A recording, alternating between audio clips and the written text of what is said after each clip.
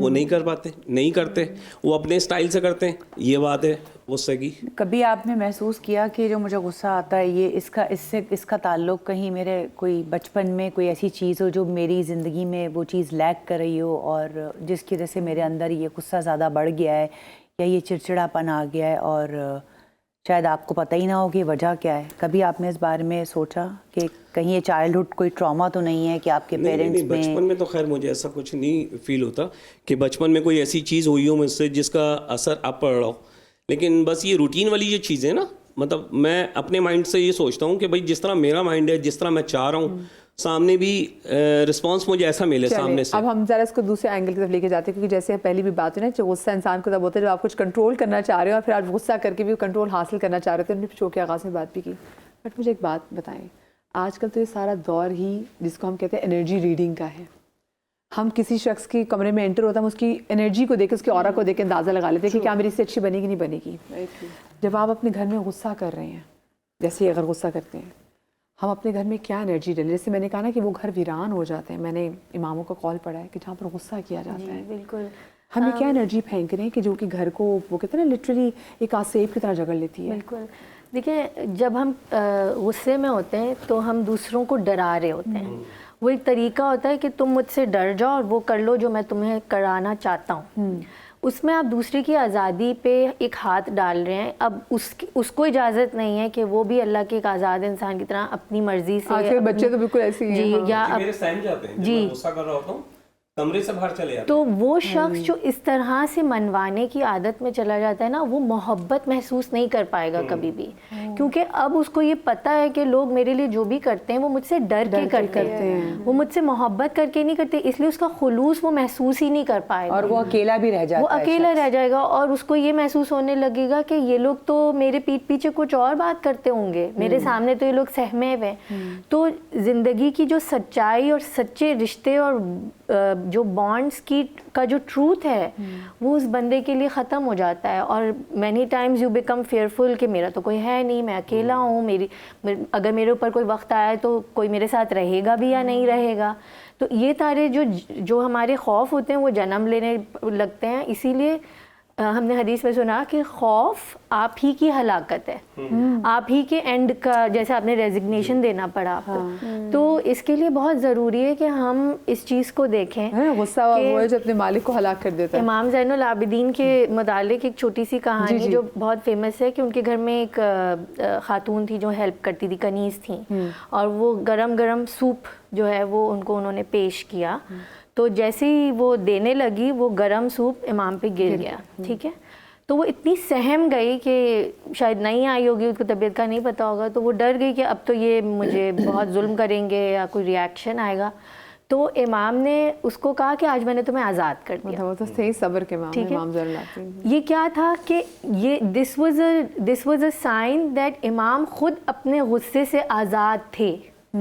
وہ اپنے غصے میں مفلوج نہیں تھے, اپنے غصے کے غلام نہیں تھے. معصومین میں غصہ نہیں ہوتا ہے. تو یہ ہمارے لیے ایک رول ماڈل ہے کہ قرآن فرماتا ہے والعافین عن الناس الکاظمین الغیظ والعافین عن الناس, کہ تم اپنے غصے کو ضبط کرو اور جو غلطی کرو اس کو معاف کرو. مجھے یہاں پہ چھوٹی سی بریک لینی چاہیے, بریک کے بعد حاضر ہوتے کہیں مزہ آئے گا. جی welcome back after the break. معاف کرنا آسان ہے ویسے؟ آسان تو بالکل بھی نہیں ہے, لیکن نیسیسری ہے, ورنہ آپ اپنے ہی پرابلمز میں اور اپنے ٹراماز میں ڈوب جائیں گے. لیکن میرا ایک یہ کویشچن ہے, جیسے کہ سائمہ جی نے بھی کہا کہ غصے کی کیا ریزن ہے جو کہ غصہ آ رہا ہے, کیا بچپنے کے ٹریگرز ہیں, ٹراماز ہیں. آئی ایم جسٹ ونڈرنگ کہ ضروری ہے, جیسے کہ آپ دیکھیں نا پرسنالٹی ٹریٹس بھی ہوتے ہیں, کچھ لوگوں کا سینس آف ہیومر بہت اچھا ہوتا ہے, ٹھیک ہے, ہر کسی کا نہیں ہوتا, not everybody is capable of making people laugh. اسی طریقے سے کیا could this be a personality trait also کہ یہ trauma related نہیں ہے یا کوئی trigger نہیں ہے, یہ ایک personality trait ہے. Is that a possibility? Sharmeen, not everything is a trauma, but again there are always reasons. میرے جو ٹریگرز ہیں وہ آپ کے ٹریگرز سے بہت مختلف ہوں گے. ایک ہی بات انوائرمنٹ میں ہو رہی ہے, مجھے اس سے فرق نہیں پڑ رہا, لیکن آپ کے لیے وہاں بیٹھنا محال ہو رہا ہے. سو دیر آر ریزنس.